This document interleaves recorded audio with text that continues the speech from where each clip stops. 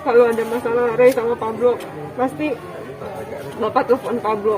Bapak selalu nasihatin Pablo. Lu sebagai kepala rumah tangga nggak boleh begini. Dalam Islam tuh rumah tangga tuh laki-laki sebagai pemimpin harus begini.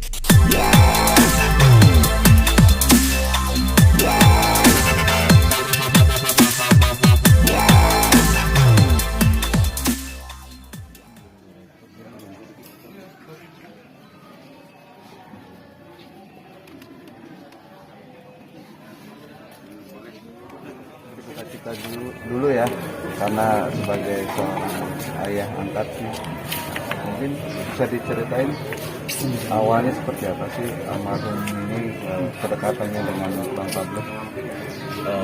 Itu sudah lama sekali ya, sudah lama banget. Kejadiannya itu saya juga udah nggak begitu ingat lah kejadiannya gimana.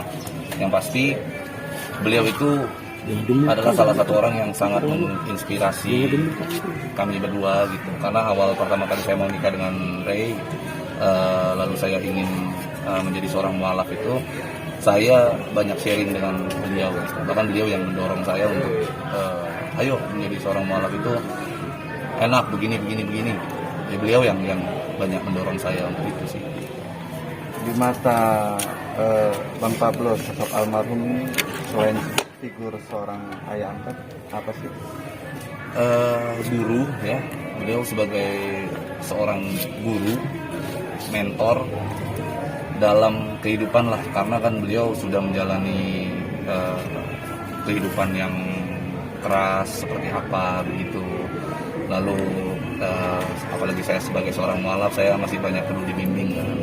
Sehingga menurut saya almarhum adalah orang yang paling tepat membimbing saya, karena beliau juga punya keadaan yang sama. Dia juga mualaf. Dulunya kita juga memiliki kesamaan, sama-sama mempunyai masa yang kelam. Itu sih. Pesan dari beliau mungkin buat Pablo Ray sendiri apa sih?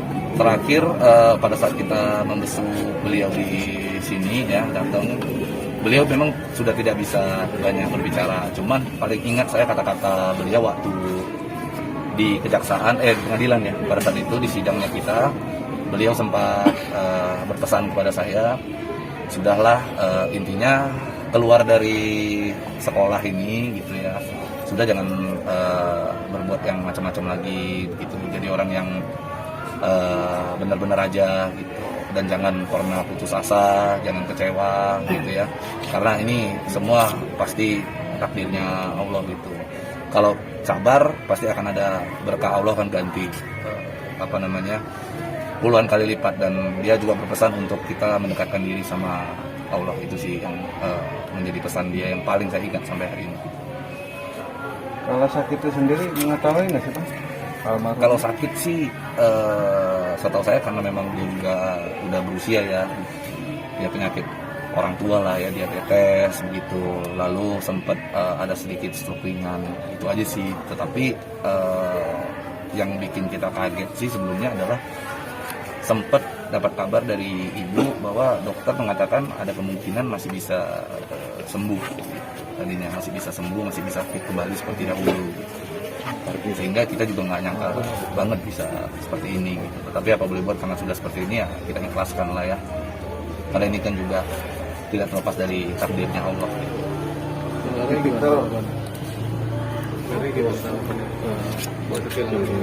Iya, sangat merasa kehilangan anak.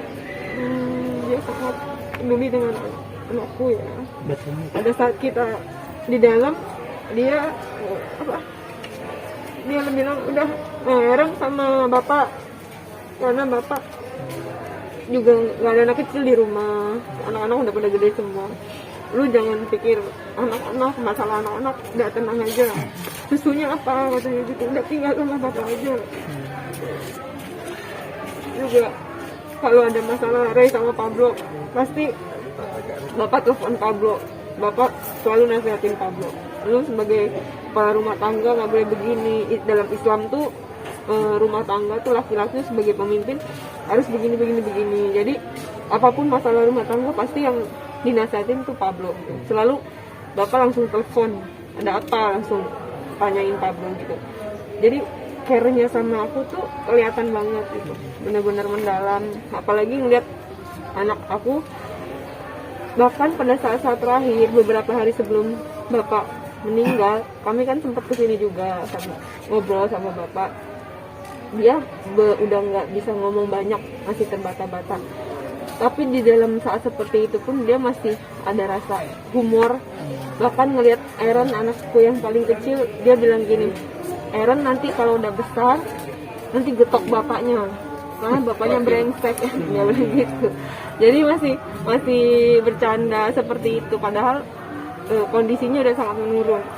Dan yang lebih aku khawatir pada saat aku lihat bapak kan kondisi benar-benar drop, berat badan benar-benar turun kan. Jadi aku dengan sendirinya otomatis aku menangis, tapi nggak mau kelihatan bapak, tapi bapak ngelihat aku menangis terus dia ikutan nangis gitu. Jadi ya, kehilangan sekali ya. Yang paling bisa ngasih tahu nasihat ke Pablo tuh dia gitu, yang paling bisa keras, karena yang lain nggak bisa ngasih nasihat sekeras bapak gitu, yang bener-bener lu nggak boleh begini, lu harus begini, lu harus begitu. Hanya bapak yang bisa. Jadi kalau kadang-kadang aku merasa kehilangan kalau misalnya aku lagi ada masalah gitu tentang ini, nggak ada tempat mengadu yang lebih ini lagi gitu. Selain Allah pasti aku mengadu sama Allah, tapi maksudnya sebagai keluarga ya, bapak yang bisa mewakili perasaan aku untuk sampaikan ke dia, dan dia paling nurut. Kalau bapak ngomong ini gak pernah melawan, sekalipun bapak ngomongnya